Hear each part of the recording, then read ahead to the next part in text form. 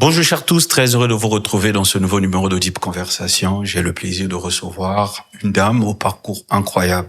Nous aurons le temps de partager son histoire, de partager ses challenges et elle va aussi nous partager sa vision du monde. Aujourd'hui, j'ai le plaisir de recevoir dans ce numéro de Deep Conversation Madame Amira. Bonjour. Bonjour. Alors, Madame Amira, moi personnellement je vous connais, mais le public qui suit cette magnifique émission ne connaît malheureusement pas qui est en face de moi. Est-ce que, déjà il y a une question que je pose plutôt à l'ensemble de mes invités. Est-ce qu'on se vouvoie ou on se tutoie? On se tutoie. C'est mieux pour vous? Oui.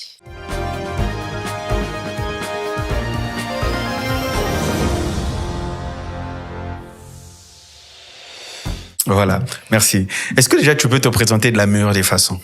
De la meilleure des façons et de la façon la plus simple, je suis styliste, fondatrice d'une marque de vêtements au nom de Racine by Ganda et entrepreneur entre autres. Ok.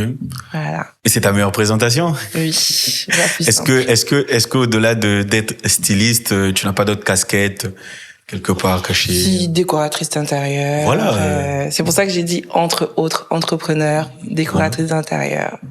Qu'est-ce que ça fait d'être styliste? Qu'est-ce que ça fait d'être styliste? C'est passionnant, challengeant, difficile. Et passionnant parce que mon parcours, c'est le parcours d'une personne très passionnée de la mode qui vit de son rêve et de sa passion. Donc voilà. Déjà, d'où te vient la passion de la mode et le fait aujourd'hui de t'établir professionnellement comme styliste? Ça vient de l'enfance? Ou bien avec l'âge adulte, on essaie d'avancer, on copte à gauche et à droite des modèles et on se dit tiens, c'est ce domaine qu'il me faut. Non, depuis toute petite, j'ai ça en moi. Depuis toute petite, j'aimais déjà la mode. C'est-à-dire que déjà, par mon parcours, j'ai été mannequin, j'ai été Miss et c'est vraiment la suite logique des choses. Ok. Tu dis depuis toute petite. Est-ce qu'on peut faire un tour dans le passé pour voir l'enfance de Amira? Oui. Sans problème. Oui. Ok. Alors, qui était la petite Amira, enfant? Garçon raté. Sérieusement? J'ai fait beaucoup de sport, oui. Est-ce qu'à cause du sport que tu te considères garçon raté ou bien parce que déjà depuis l'enfance, je traînais au milieu des garçons, quoi. Okay. J'avais que des potes. Je jouais au foot, au basket, badminton. Ouais. Et tu t'es essayé à ces sports? Ouais. Ça a été comment? C'était bien, c'était fun, passionnant. Il y avait que ça. Il y avait que ça? Oui. Et ça a développé en toi quel type de personnalité? Un bon mindset. Ok. Oui, qui aujourd'hui te rend service? Qui m'accompagne, oui, justement, parce que mon ouverture d'esprit, je pense que c'est parce que j'ai été depuis toute petite entourée des hommes. Et donc, j'ai une autre façon de voir les choses. Donc, tu vois les choses comme des hommes. Voilà. Et comment les choses... Ça a forgé mon caractère. Et comment les hommes voient les choses? Je suis quelqu'un de dur de caractère, naturellement. C'est comme ça que les hommes voient les choses, c'est ça? Bon, les hommes, ils sont plutôt... ils ont le leadership naturel aussi. Donc, c'est quelque chose, oui, de préméditer même les choses en avant et tout calculer, les failles, le côté... oui, vraiment, on avance. Mais... Et ça, nous, les femmes, on prend du temps pour apprendre à mieux contrôler, mieux diriger les choses, à mieux centrer les choses. Or, les hommes, c'est déjà des gens qui voient on avance. C'est des gens qui... Il peut faire quelque chose là, mais il sait déjà en fin de journée, je dois faire ceci, faire cela. Alors que nous, les femmes, c'est plutôt quelque chose qu'on apprend avec le temps. Mais les hommes, ça naît naturellement. Et c'est ce que j'ai pris de mon enfance en traînant avec beaucoup plus de garçons que de filles, voilà. Et Amira est née où? A fréquenté où? Parle-nous un peu de toi, de ce parcours-là. Bon, de mes origines, je suis née au Centrafrique. Grandi au Congo, parce que je venais au Congo quand j'avais 5 à 6 ans. Et je suis née d'un père tchadien et d'une mère congolaise centrafricaine. Donc voilà. Et tu as fait ta scolarité ici, à Pointe-Noire? Oui, totalement. À Brazza et à Pointe-Noire. Entre les deux villes. J'étais vraiment à cheval. Et coudé par coudé, de l'enfance, tu es allé vers Tu as fréquenté déjà dans quelle école au niveau de Pointe-Noire ici? Parce que ton entreprise s'appelle Racine. Oui. Avant de parler de Racine, on aimerait comprendre un peu les racines de celle qui est derrière Racine. Ah, mes racines, c'est déjà par mes origines. On sait déjà, de par mes origines, je suis d'origine tchadienne, centrafricaine. Voilà. Ok. Donc tu as fait l'école primaire ici, le lycée ici, l'université totalement ici. À Brazza et entre Brazza et Pointe-Noire parce que je faisais 2 ans ici, 2 ans à Brazza, 2 ans à Brazza, 2 ans à Pointe-Noire. J'étais vraiment à cheval. Ok. Et pendant que tu fréquentes, à partir de quel moment naît la passion liée à la mode? Est-ce que c'est une rencontre? Quand je commençais à devenir un peu plus féminine, déjà, j'ai été recrutée par... Attends, jusqu'à quel âge il y avait cette sensation de garçon raté? Jusqu'en seconde. Ok. Oui. Et tu avais des regrets? Non, pas du tout. Hein. Pas du tout. J'ai dit ça m'a vraiment formée. C'est quelque chose que franchement jusqu'à aujourd'hui ça me poursuit parce que j'ai cette facilité avec les hommes que avec les femmes. Voilà. Ok. Oui, donc déjà j'ai été recrutée par l'agence d'un voisin qui est venu voir ma mère pour dire ah non, mais j'avais 17 ans, qui est venu voir ma mère et qui a dit bah votre fille elle a vraiment du potentiel, j'aimerais que elle défile et qu'elle soit dans mon agence, voilà. Donc c'est ça.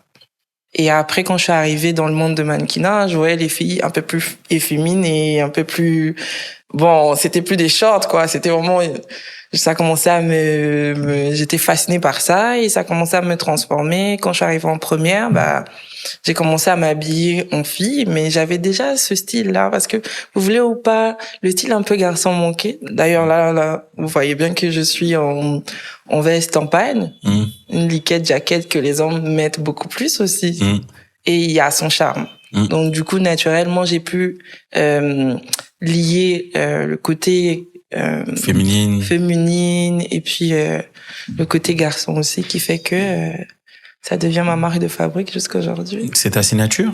Plus ou moins. Ok. Donc il y a ce premier manager qui va t'identifier, te reconnaître et te mettre sur la piste de la mode. Oui. Et comment tu vas développer par la suite ta passion? Mais ça vient de là. Et à partir de là, est-ce que tu vas commencer à te former, regarder les tutos, investir davantage? Regarder plutôt les scènes. Parce qu'à ce moment-là, il y avait Fashion Africa. Donc, je suis là en train de regarder les pas des stylistes, des mannequins plutôt. Et je voyais Adama Paris, par exemple. C'est quelqu'un qui me fascine. Que si un jour j'ai le privilège de la rencontrer, franchement, elle m'a nourri de sa passion. Voilà, elle m'a transmis sa passion. Donc, du coup, en regardant, je voyais les vêtements, j'étais là, waouh! Et si un jour j'arrivais à défiler comme ça, mais sauf que je faisais maintenant faire défiler mes créations à moi, petit à petit. Et donc, c'est fait. La passion naît. Oui. Et par la suite, tu décides, une fois que tu as fini tes études, d'investir énormément de temps, d'argent dans ce milieu lié à la mode. Oui. Comment tu vas commencer tes premières heures entrepreneuriales? Non, ça, j'ai plutôt sauté quand même en parcours parce que même quand j'étais maintenant féminine et que je me suis retrouvée au milieu des filles, il y avait ce truc où j'avais la facilité de classer les vêtements. Ok. Parce que quand on arrive en terminale, ma mère, toute ma famille ont décidé que c'était quelque chose qui commençait à trop prendre de l'espace dans ma vie et qu'il fallait que il fallait que je sois focus pour le bac. Donc du coup, c'est à ce moment-là comme on voit à Pointe-Noire chez ma grande sœur m'installer pour justement me couper de ce monde parce qu'ici, je ne connaissais personne à Pointe-Noire. Et quand j'arrive ici, c'est plus la Amira qui traîne avec les garçons à Pointe-Noire, à Brazza, ou qui après les cours partait aux répétitions de mannequinat et tout ça. Donc là, je me suis retrouvée vraiment au milieu que des femmes. Et on était une bande de 8. Oui, on était une bande de 8 où je découvre aussi la friperie. Parce que moi, à Brazza, il y a pas vraiment de fripe et tout ça. Donc, du coup, quand j'achetais des vêtements, je trouvais qu'il y avait toujours des trucs. Donc, j'ai commencé à modifier les vêtements que j'achetais au Massola. Et mes copines aussi, à chaque fois, elles disaient, on va au marché avec toi. Toi, toujours, tu as du goût, tu choisis toujours les bons vêtements et tout ça. Et Même là, j'avais pas dit que j'étais mannequin à Brazza et tout, mais malgré ça, en fait, elles ont pu voir ça en moi. Et quand on finit, je passe en première année, je repars à Brazza, je reviens en vacances de temps à autre, et c'était l'anniversaire de l'enfant à ma copine. Okay. Et donc, ça faisait comme un retrouvaille de l'école. Donc, il y avait tout le monde et tout. Et moi, je viens et j'étais stylée ce jour-là. Elles ont dit, mais tu sais, tu cherches le travail depuis un moment que tu as fini et tout. Pourquoi tu te lances pas? J'ai dit, pourquoi je me lance pas comme on est? Pourquoi tu crées pas une marque qui te ressemble? Parce que franchement, depuis terminale, tout le monde te voyait. Tu nous as même caché que tu étais mannequin et tout le monde a découvert parce que comment tu marches et tout ça et comment tu t'habillais jusqu'à ce que tu t'es dévoilé. Mais pourquoi est-ce que tu te lances pas? Donc, oui, mon parcours ici était plus ou moins poussé par les gens. C'est beaucoup des gens qui ont vu en moi, tel que on m'a recruté. Moi, je savais pas que j'avais le potentiel pour être mannequin. Et ensuite, il y a mes amis qui ont encore vu ça en moi. Et ensuite, il y a mes sœurs aussi qui m'ont dit, mais madame, lance-toi. Et je me lance à quel moment? Quand je prends mon indépendance finalement. Je dirais que tu quittes le toit parental. Voilà. Et quand j'arrive, et là je maintenant, fais ce que je veux. Oui, mais là maintenant, je suis confrontée à la vie réelle. Donc j'arrive, je cherche le boulot, je ne trouve pas. Moi, j'avais 6 mois où on m'a dit, on t'a payé la maison, tout ça, mais après 6 mois, et tu vas te débrouiller. Oui, tu vas te débrouiller. Okay. On était à 3 mois. Mes yeux commencent à rougir. J'ai dit, bon, je fais comment? Il me reste 3 mois. Il me reste 3 mois parce qu'après ça, je dois payer la maison, tout ça et tout. J'ai fait, OK. J'en parle maintenant à mes copines, à l'une de mes copines, pendant qui était à la réunion, enfin, à la fête. J'ai dit, bon, j'ai vraiment envie de me lancer, mais je sais pas comment. Je connais pas de couturier, je connais personne. Elle me dit, mais moi, j'ai ma sœur qui est couturière. Comme tu vas me faire les allers-retours à Brazza, quand tu seras à Brazza, fais-moi signe. Et tout. Je rencontre cette sœur, magnifique. Elle dessinait même. Donc, c'est elle, j'ai dit, tu dessines et tout. Elle me dit, oui, moi, je dessine mes vêtements et tout et tout. J'ai dit, aïe, j'ai pas d'argent. Mais voilà, j'ai 80 000, il faut qu'on aille acheter les tissus. C'est elle qui me montre le marché. OK. C'est elle qui m'a donné le goût aussi de dessiner. Parce que quand je la voyais dessiner ces trucs, je dis, tiens, c'est vraiment ça. Parce que quand tu expliques, tu as beau expliquer que tu n'as pas montré le visuel à quelqu'un, c'est difficile que la personne reproduise pareil que t'as pensé, pareil que ce que tu es en train d'expliquer. Donc elle va être quelque part, en même temps, une travailleuse pour toi. Oui. Mais en même temps, c'est elle qui me montre le marché finalement, des tissus, de là où acheter les boutons, de la mercerie. Toi, tu avais la vision et elle avait la compétence. Oui, elle avait la compétence. Et quand, franchement, ça a matché. On a fait la première collection. Dis-toi que la première collection, j'ai déjà habillé Sam Samurai, Leila on the Groove, Levi et Bovi. Donc c'est vraiment parti, mais très vite. Avec la première collection? Oui, la première collection. Déjà, mes copines, naturellement, c'était les premières à acheter. Ma famille. Et après, j'avais une amie, Déole, je dois la citer.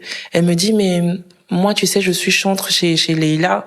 Il faut trop que tu ramènes tes vêtements. J'ai parlé avec elle et tout. J'ai dit, OK, je prends mon sac. Moi, à l'époque, j'avais mes sacs. Donc, j'avais pas de local. Je partais produire et je ramenais. Donc, je prends mon sac. J'ai dit, OK. Make-up, tout, j'arrive, pack.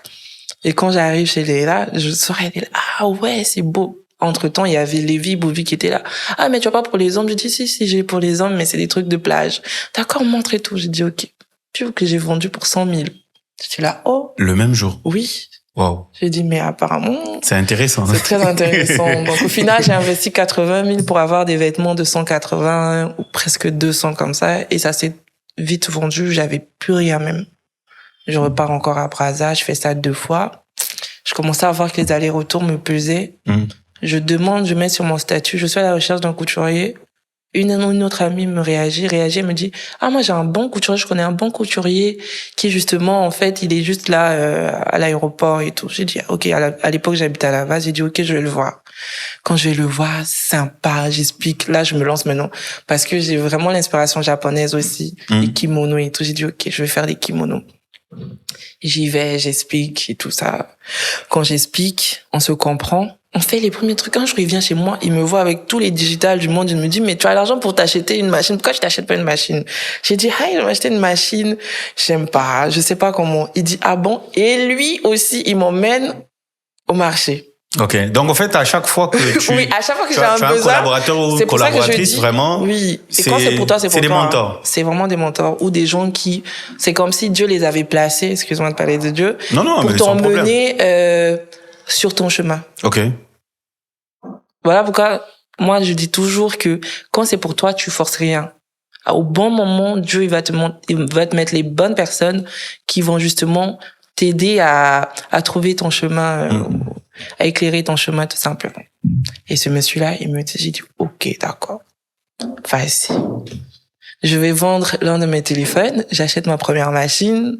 Tu vends ton téléphone, oui. Tu achètes ta première machine. Oui. Mais j'avais 2 téléphones, okay. Donc j'avais tous les... Donc ton collaborateur te dit, mais madame, vous avez 2 téléphones. Vous vendez un téléphone, investissez... Investissez, ou il me dit, mais faites quelque chose, parce que tout ça là, c'est beaucoup d'argent, mais vous voulez venir pour rien. Je dis, bon, quelque part, je dis oui. Je dis, c'est pas faux. Et c'est comme ça que j'achète ma première machine. Ensuite, j'achète ma surfuleuse. Les coupes se faisaient sur ma table à manger. J'ai juste transformé un coin de mon salon en atelier. Et comme je disais, j'aime faire les choses au bon moment. Les clients sont venus. J'ai quitté une maison de 2 chambres à 3 chambres pour vraiment avoir un atelier dans une chambre. Et de l'atelier chambre à l'atelier boutique. Ok. Atelier boutique à petit atelier boutique à plus grand. Parce qu'aujourd'hui, j'ai 6 machines et puis une boutonnière. Donc, enfin, j'ai au total 7 machines. Et ça te fait combien de temps que tu baignes dans... Ça fait 4 ans. 4 ans déjà? 4 ans que j'ai lancé ma marque, oui. Et on va rentrer un peu en profondeur de ces expériences pendant les 4 années. Là, tu nous as exposé un peu le côté waouh, le côté vraiment le chic. le côté chic. Voilà, chic. Le côté chic de cette magnifique expérience d'entrepreneur. Il faut rappeler que tu es entrepreneur dans la mode. Oui, dans la mode. C'est juste dans la mode, pas dans un autre domaine. Pas que là, je suis en train de me lancer aussi dans une sandwicherie crêperie. OK. Pour pouvoir diversifier les sources de revenus. Ouais, les sources de revenus. On va en parler un peu plus tard. D'accord. Mais revenons d'abord sur la mode. Ouais. Quelles sont les réalités auxquelles tu as été exposé pendant les 4 années? C'est plutôt le non sérieux des couturiers. OK. Le non sérieux c'est compliqué. Déjà, en termes de tissu, c'est difficile au Congo d'avoir... C'est-à-dire que tu peux créer... Tu crées quelque chose, ça se vend, tu repars au marché acheter le même tissu, il y en a plus. Rupture de stock. Et ça, tu vas même pas revoir ça même après 6 mois, tu revois plus. Pourquoi? Mais parce que il y a pas d'usine de fabrication de tissus en tant que tel, on les importe et puis le gars, lui, quand il va acheter ses tissus, il va pas acheter les tissus en fonction de ton besoin à toi. C'est un grand marché. Il a ramené son truc, il a vendu son stock, c'est fini. À moins que tu sois à un autre échelon où tu peux aller te produire tes propres tissus et ramener. Pour nous autres là qui achetons les 15 mètres demi-rouleaux, c'est chaud. Et secondo, c'est vraiment... En 4 ans, j'ai changé au moins 10 couturiers. Ils prennent pas le travail au sérieux, tu les emmènes dans un autre level et ils sont toujours aussi bas. Le mindset est toujours aussi bas. C'est pour ça que en 4 ans, je cours à peine.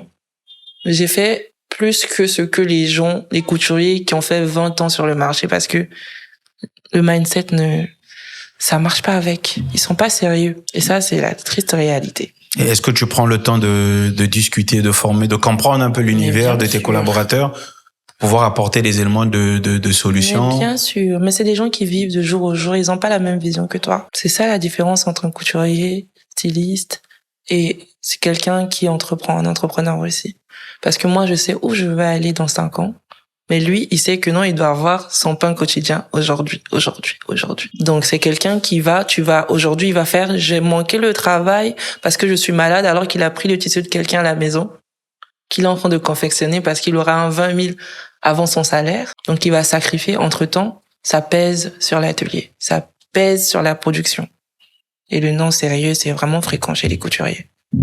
Je pense que tous les stylistes du Congo se plaignent général des mains-d'œuvre des couturiers, c'est compliqué. Il y a cette réalité-là aussi. Et côté relation avec les mannequins et les artistes. La dernière fois, on discutait, tu me disais qu'il y a même des artistes qui sont partis avec tes tenues, mais jusqu'aujourd'hui, ou encore il y a des créations. Tu mets des créations sur le marché. Les gens se rendent à des manifestations, ils attribuent malheureusement la valeur de tes tenues à d'autres créateurs. Ça fait partie des réalités du Congo. C'est dommage parce que le Congolais est naturellement, il vend plus quand ça vient de l'étranger que quand c'est produit localement. Okay. Donc t'auras beau faire quelque chose de bien, des belles créations qui donnent, au lieu que la personne qui achète valorise le Made in Congo. Directement, quand on va lui poser la question, mais c'est très beau, ça fait africain, vous avez acheté ça où? En Côte d'Ivoire.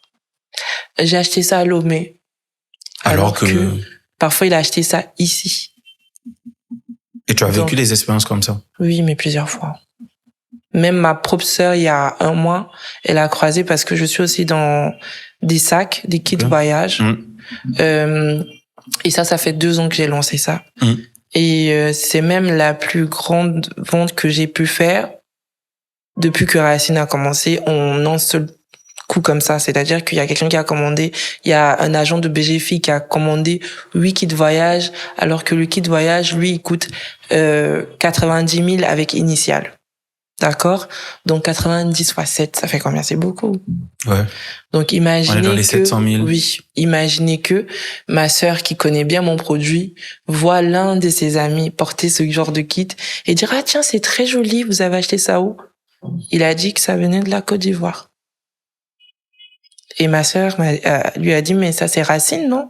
Oui, il y a l'étiquette Racine, oui, mais c'est ma sœur qui est designer, c'est le produit de ma sœur. Elle est congolaise. hébété. En plein aéroport. Mais elle n'est pas ivoirienne, elle est congolaise. Oui, bien congolaise. Bien congolaise. Donc c'est fréquent. C'est dommage que les Congolais ne valorisent pas le Made in Congo. En tout cas, pas assez. Voilà. On s'étonne que le Congo puisse avoir une marque de référence, peut-être. Non, pas peut-être. Au fait, on s'étonne que les talents de chez nous ne sont pas assez valorisés ou mis en avant, alors que nous-mêmes, même dans nos interactions, on est incapable de dire que telle tenue a été confectionnée ici au Congo par telle personne. Ça, c'est une marque congolaise. C'est comme si ça va enlever une forme de gloire attachée à cette tenue. C'est dommage. Et aujourd'hui, est-ce qu'on peut dire que Racine se porte merveilleusement bien? Oui. Aujourd'hui, oui. Tu vis sérieusement de ton métier? Je vis de mon métier, je vis de mon activité. De la mode? Oui. Comme pour dire qu'il est possible de vivre au Congo? C'est très possible. Quand on met du sérieux, quand on est discipliné, quand on est investi c'est déjà dans le sérieux, mais quand on est vraiment passionné et innovant. Oser faire ce que les autres n'ont pas pu faire.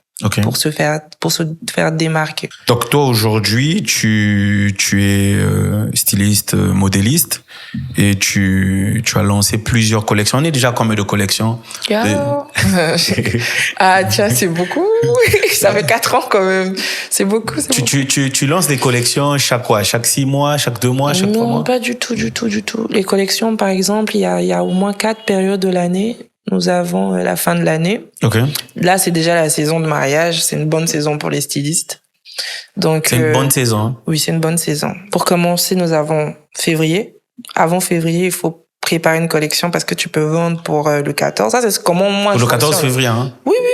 Il y a des ventes privées, il y a des ceci. C'est quand même là où tu peux produire une nouvelle collection.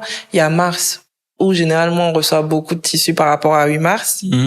Et puis 8 mars, 1er mai aussi, on travaille beaucoup parce que il y a encore des sociétés qui sollicitent ceux qui veulent créer, qui veulent faire des chemises pour leur société. Il y a plusieurs, hein, en vrai. Après ça, il y a saison de mariage. Après saison de mariage, il y a le défilé.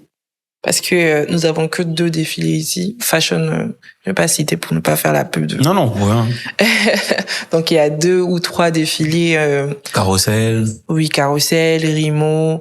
Nous avons aussi Total qui organise souvent pour la Sainte-Barbe. Et puis on peut t'inviter dans différentes, mais tu dois créer au moins 2 collections de scènes, hormis les collections que tu sors déjà. Pour ta marque, tu dois créer, si tu fais la scène, parce qu'il y a des stylistes qui font pas de scène. Quand tu fais fais la scène? Oui. Ok. Il faut avoir 2 grandes collections pour pouvoir jongler, sinon ça sera chaud. Quand on t'invite lors des shows, tu as déjà 2 collections que tu peux présenter en fonction du thème de l'événement. Voilà. Et on a la fin de l'année, enfin novembre, où tu peux sortir aussi une collection pour préparer la fête de fin d'année. Donc on peut dire que tu es approximativement à plus de 10 collections en une année. Depuis de l'année. Non, depuis que Racine existe. Ah non, je compte pas. C'est plus. C'est plus, hein. C'est plus. C'est vraiment plus. Parce qu'il y a même des modèles, parfois, quand j'ai des anciens clients qui me disent, c'est toi qui avais dessiné ça, j'ai oublié. Qu'est-ce que ça fait d'être styliste? Qu'est-ce que ça fait d'être styliste? Mais j'aime m'habiller déjà, pour le coup. C'est une fierté d'être styliste, c'est une fierté de voir sa création être portée même par Monsieur JM, par exemple. J'ai pas encore porté de voir quelqu'un dans la rue qui te reconnaît et qui dit c'est la styliste là, c'est celle qui fait des vêtements, elle m'avait habillée pour mon mariage. Cher passionné de Deep Conversation, je tiens à rappeler que j'ai pas encore de collection de Racine. Ça va pas tarder. Voilà. Donc quand elle dit ça fait bien de oui, j'ai dit ça fait plaisir de voir une personne et j'ai dit comme par exemple, j'ai pas dit que t'avais déjà commencé. OK, mais on dirait pas aussi non hein. D'accord. Si Racine décide d'accompagner Deep Conversation, voilà, c'est une émission extrêmement sérieuse. On a besoin d'être largement mieux représenté. Je te crée une identité. OK. Merci. Et ça, c'est dit à la télé. Donc, dorénavant, Deep Conversation aura une identité vestimentaire signée Racine Baïgonda. Voilà. Donc, n'hésitez surtout pas à aller sur les réseaux pour, là aussi, je profite pour faire la pub de Racine. D'accord. C'est ça, non? Oui. Vous tapez juste Racine partout, vous allez retrouver, Et mon site web sera lancé dans un mois. OK. Un site web qui va permettre justement aux gens de l'étranger d'acheter directement. OK. Et se faire livrer, en France, au Canada et aux États-Unis. Donc, tu es en train de mettre tout un écosystème autour de ton... Bien sûr. Moi, je suis celle qui va changer les choses. OK.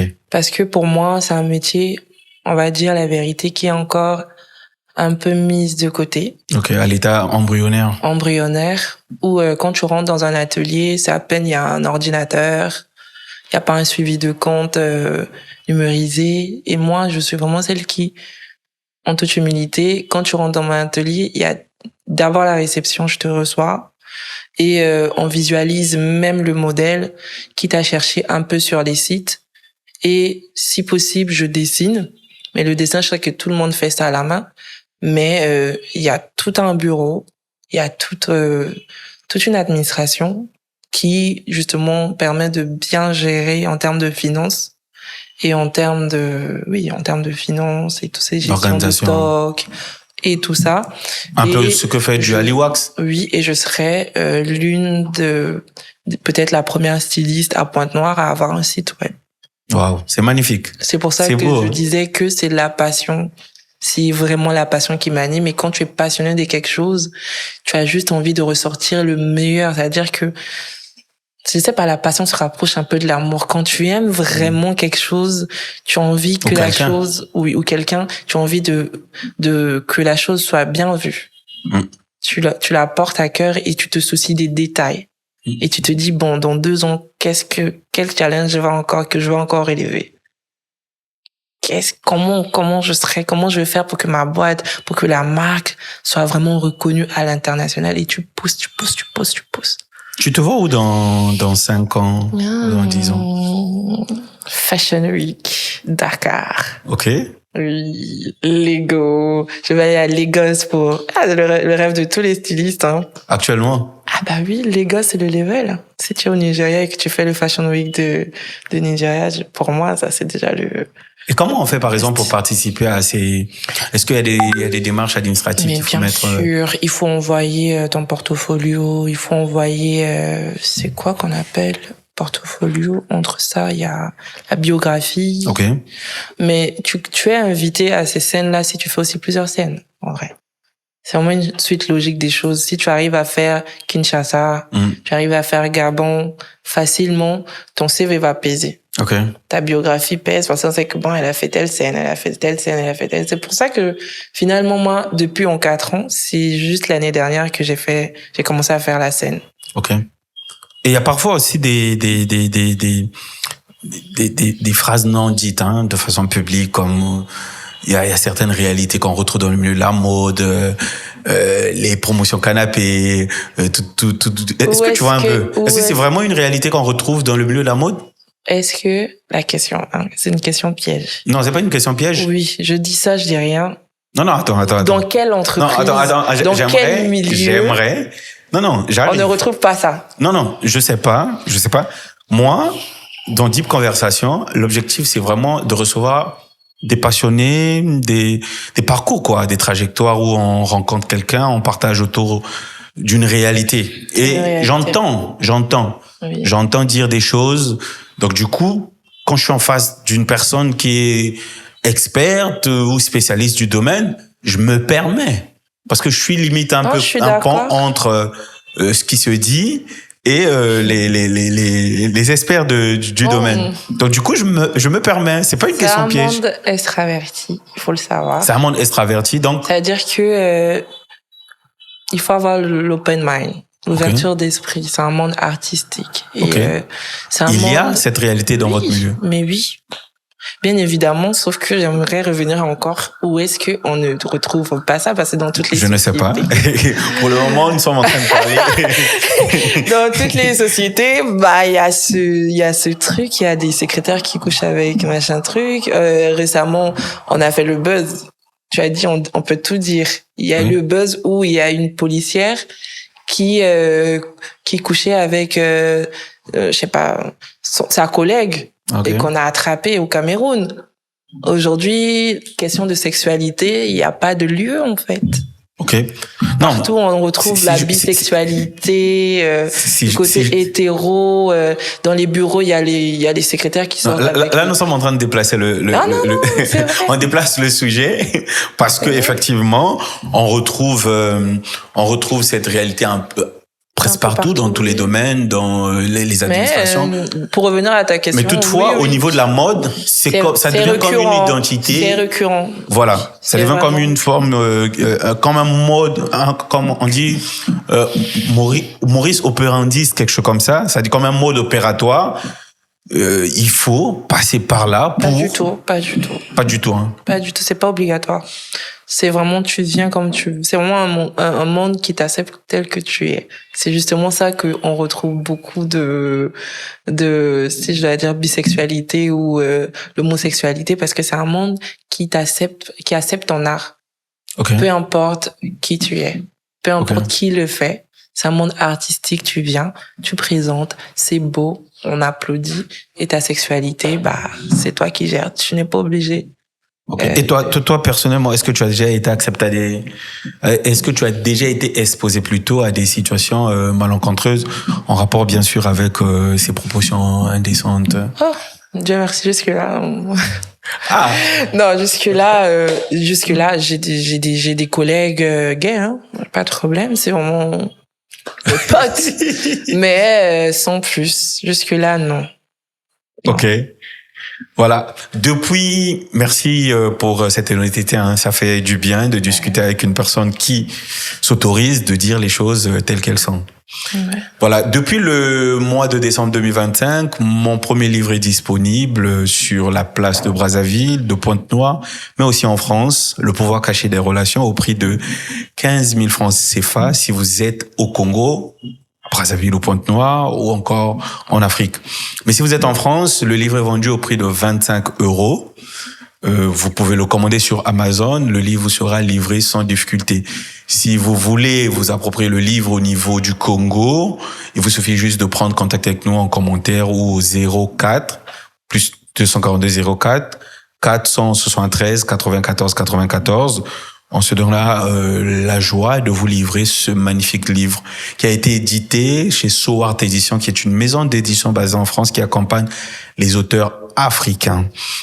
Alors, Madame Amira Ganda, parce que avant je disais Ganga. Oui. Et Madame Amira m'a fait appel dans son atelier, dit Monsieur J.M. Tikaya, c'est pas Ganga, c'est Ganda.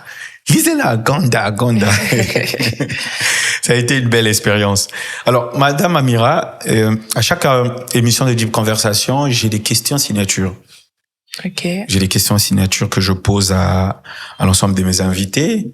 Ça peut aller de 10 à 20. C'est vraiment des questions... Wow. Non, c'est des questions fermées. Donc, ça peut être un oui, un non. Ça peut être vous développer. Tout dépend de vous. Mais avant de vous poser ces questions signatures, est-ce qu'il y a quelque chose que tu aimerais mettre en avant, qu'on n'a pas mis, qu'on n'a pas pris le temps de mettre en avant? J'exhorte tous les Congolais à consommer congolais, un peu comme on va dans l'Afrique de l'Ouest. Vraiment essayer de valoriser le métier de la mode et de porter les marques congolaises et d'assumer de porter les marques congolaises, parce que il y a beaucoup de talent au Congo et c'est dommage. Je reviens encore sur ça. C'est dommage que on l'envie dans l'ombre et que on pense à nous que quand c'est des événements ou non, même là, non, on a vraiment des collections qu'on sort tous les jours et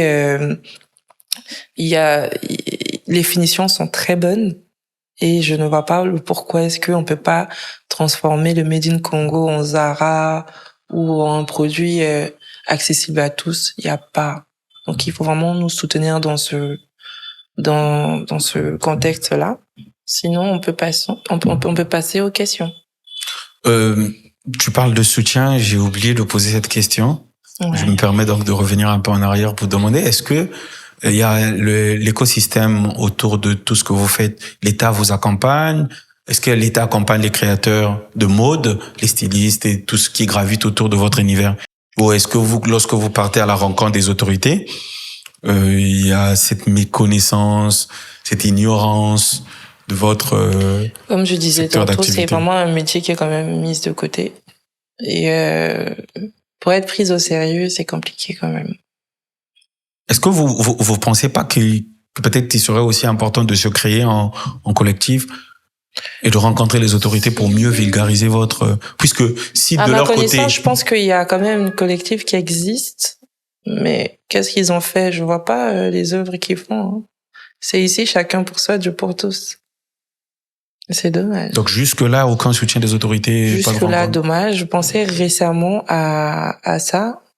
Je pensais en parler à quelques stylistes, pouvoir créer vraiment, si on avait avant et qui ne peuvent plus rien faire les anciens, nous les jeunes, si on peut créer, vous avez dit ça, collective pour les jeunes stylistes de Pointe-Noire, même seulement pour centraliser même la chose, et après peut-être aller à Brazza, mais oui, peut-être que ça se fera, ou peut-être que c'est déjà fait et que je suis pas informée, mais jusqu'alors je ne vois pas. Et si ça existe, il n'y a pas beaucoup de mouvements alors. Ça t'attriste?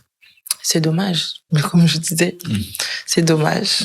Okay. C'est dommage que chacun, et aujourd'hui, il y a beaucoup de concurrence pour rien. Alors qu'on devrait beaucoup plus se soutenir pour valoriser la mode et mettre la mode en avant.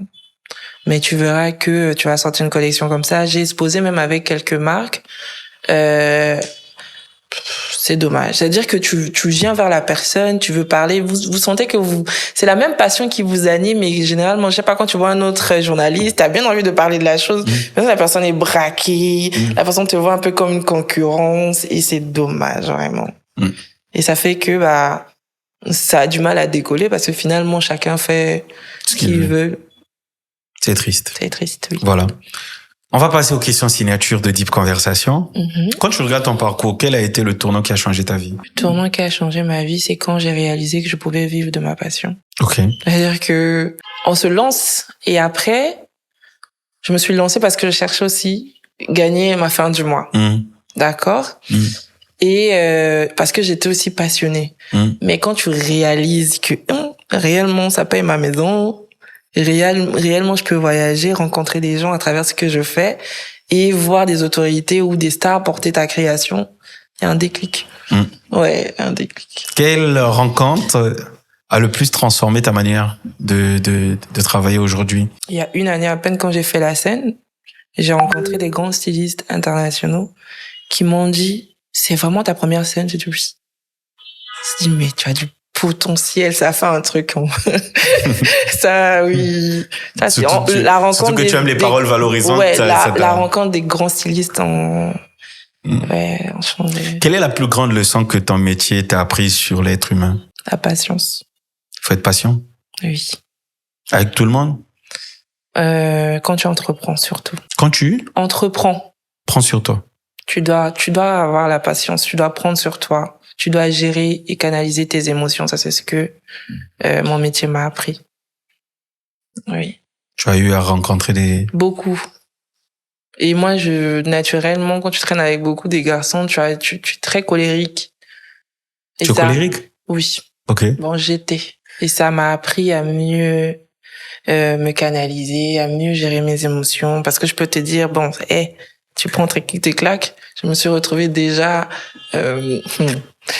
Oh là là, c'est quoi qu'on appelle le contrôle là? Ouais, technique? Ouais. Non. Les impôts? Bon, non, pas les impôts. Ceux qui gèrent tout ce qui est employé, des litiges là. Parce que j'avais déjà viré. Le travail? Oui, j'avais déjà viré un couturier. L'inspection du travail? Inspection du travail à cause de tout ça. Et quand je suis sortie de là... Partage-nous un peu l'histoire. Ah non. Non, sans toutefois nommer. Non, c'était compliqué. C'est quelqu'un... Parce que déjà, quand tu entreprends, tu viens avec peu d'expérience. Le management, comment gérer les gens et tout ça. Et moi, mon management, c'est que je me voyais être la bonne patronne, la copine patronne, celle qui... Et j'étais un peu trop comme ça aussi avec mes couturiers. Et un jour, j'écoute... ils savaient pas qu'il y avait quelqu'un qui me connaissait dans un bus, et ils ont commencé à parler de moi, à parler de mes réunions que j'aimais organiser tout le temps, à commencer à me descendre. Et quand j'ai écouté ça, alors que j'ai été celle qui te donne tout, celle qui t'accompagne, et même au-delà du salaire, madame, j'ai des urgences, madame, j'ai ceci, je dis, ah ouais, vas-y, prends ça, va payer, machin truc, et que tu vois que cette personne te descend, malgré ta générosité. Dès qu'il est arrivé, il dit, effectivement, il devait avoir réunion parce que je sortais de voyage de Brazza, je suis partie acheter mes tissus, j'ai ramené, et j'ai eu des mauvais retours clients, donc j'ai convoqué une réunion où j'ai dit dans le groupe, bon, dès que vous arrivez, je suis déjà rentrée, je suis même là depuis 8 heures, je vous attends. Donc ils ont commencé à débattre même avant de connaître pourquoi j'ai convoqué une réunion. Donc du coup, quand j'ai écouté tout ce qu'ils m'ont dit, non. Pour lui, c'était même trop grave parce que même mon collègue styliste, il s'est permis d'enregistrer et me l'envoyer. Mais il m'a descendu de ouf. J'ai dit, ok. Là, la patience, non, je pense que j'avais piqué une crise de colère. Tu as viré? Non, j'ai viré. Ma voix, même, la limite, ça sortait plus.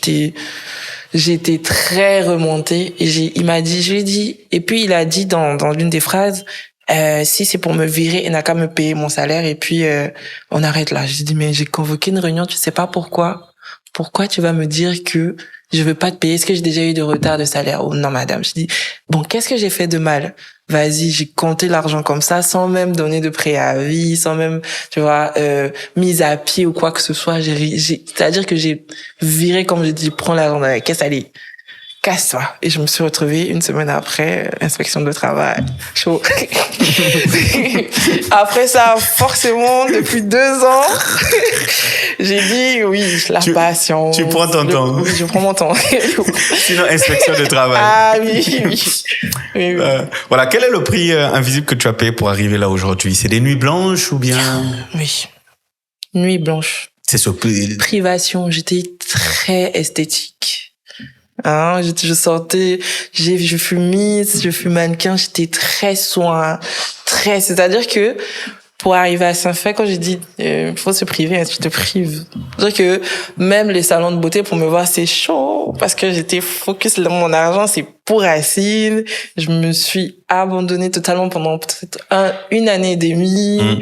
Tout ce qui était pour ma chair, c'est-à-dire que moi-même là, j'étais en maquis. On va dire ça comme ça. Rien que oui, non. Est-ce que tu as déjà pensé à arrêter un jour? Arrêter? Non.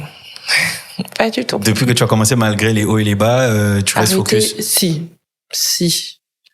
Il y en a marre, j'arrête. Si, c'est quand les couturiers, là... te faisaient des passe-passe? Non, c'est chaud. Mais j'ai pris, je pense que c'est la période où je suis partie en Côte d'Ivoire, la meilleure solution que j'avais prise pour ne pas arrêter, c'était de voyager. Et ça fait du bien. Je suis partie me ressourcer, j'ai visité des ateliers et j'ai dit dans ce monde je peux pas quitter, c'est mon bébé, personne va venir me changer. J'ai juste changé ma façon de manager. Et puis depuis lors, le respect y est parce que j'ai commencé jeune et j'ai embauché des gens qui étaient plus âgés que moi et plus expérimentés que moi. Il a fallu que je m'impose, tout simplement. Et puis depuis lors, ça a changé. Est-ce qu'il y a-t-il quelque chose qui te met en colère aujourd'hui? En colère aujourd'hui? Par rapport à ce métier, par rapport à tout ce qui gravite autour? Franchement, c'est difficile. Comme j'ai dit, j'ai appris à me canaliser et à voir le bon côté des choses parce que toute chose arrive pour une raison aussi. Non. Et si tu pouvais changer une chose dans ton métier, ça serait quoi? Ce serait laquelle? Au Congo, c'est de ramener beaucoup de clients. Ça, c'est quand même compliqué. Quel conseil donnerais-tu aux jeunes ou à la jeune que tu étais à 20 ans?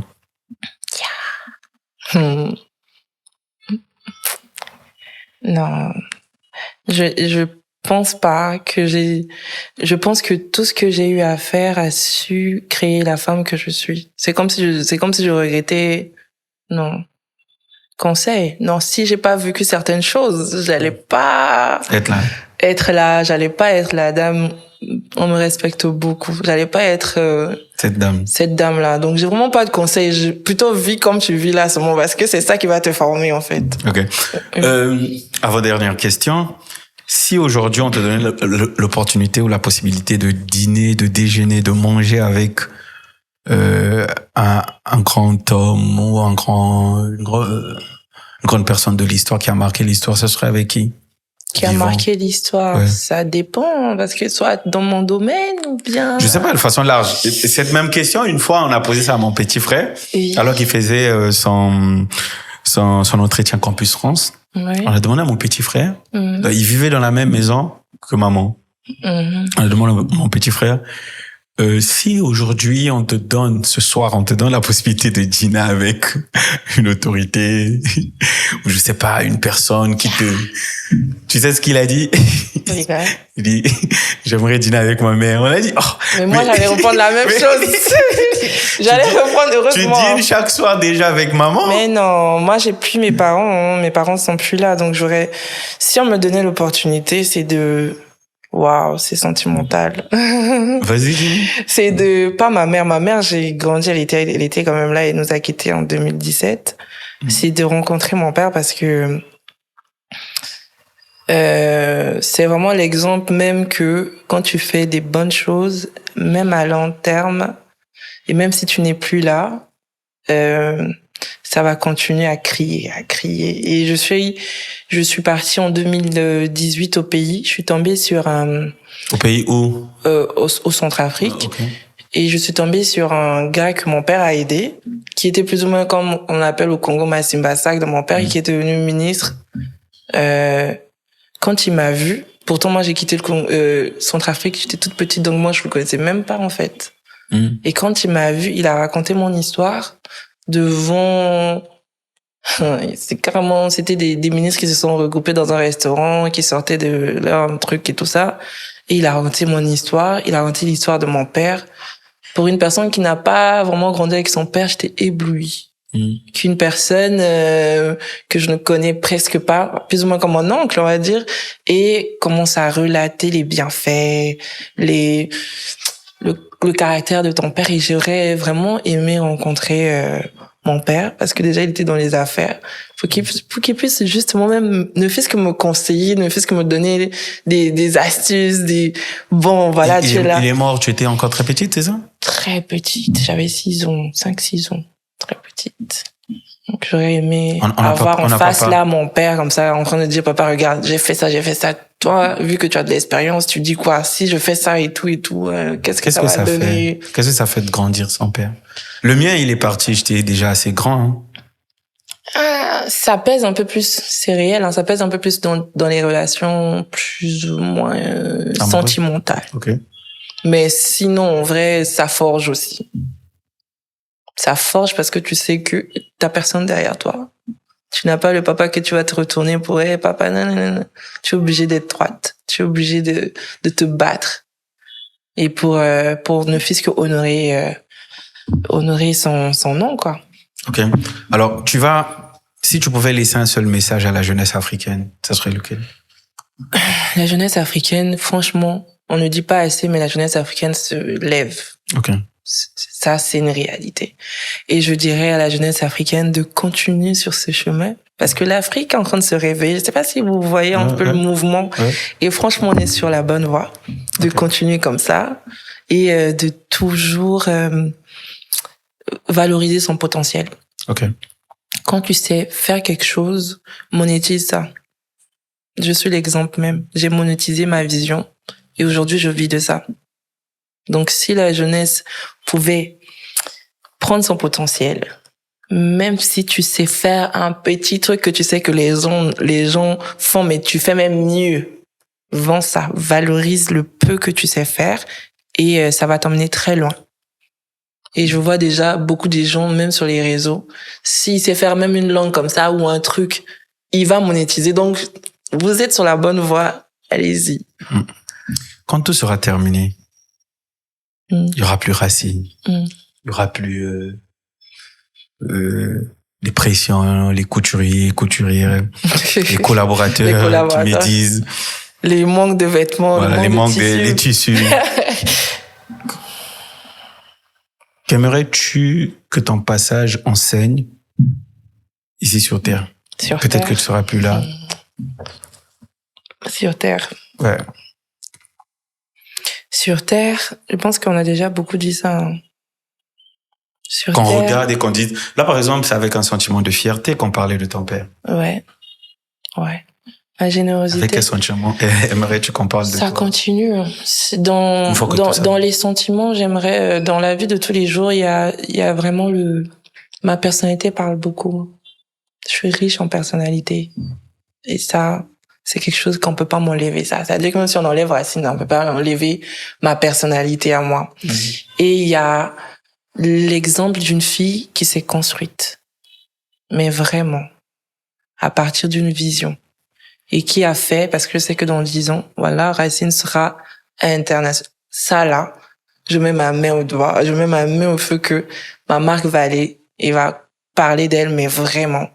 Mais derrière, on dirait que c'est une fille qui s'est vraiment construite avec une vision et qui s'est donné les moyens, les vases et moyens, parce que je continue de me faire former pour justement atteindre l'objectif que je veux. J'ai créé un site web avec une personne alors que je ne connais même pas les histoires de site web, mais je lui ai dit, je veux ça, je veux que ça soit comme ça. Et parce que j'ai une vision.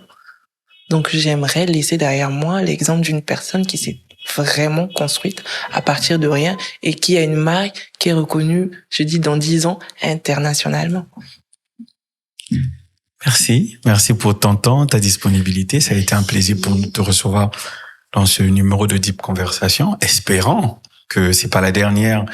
Non, je passerai là. Je vais repasser dans 2 ans pour dire, bon, là, dans 2 ans, on est déjà là, les gars.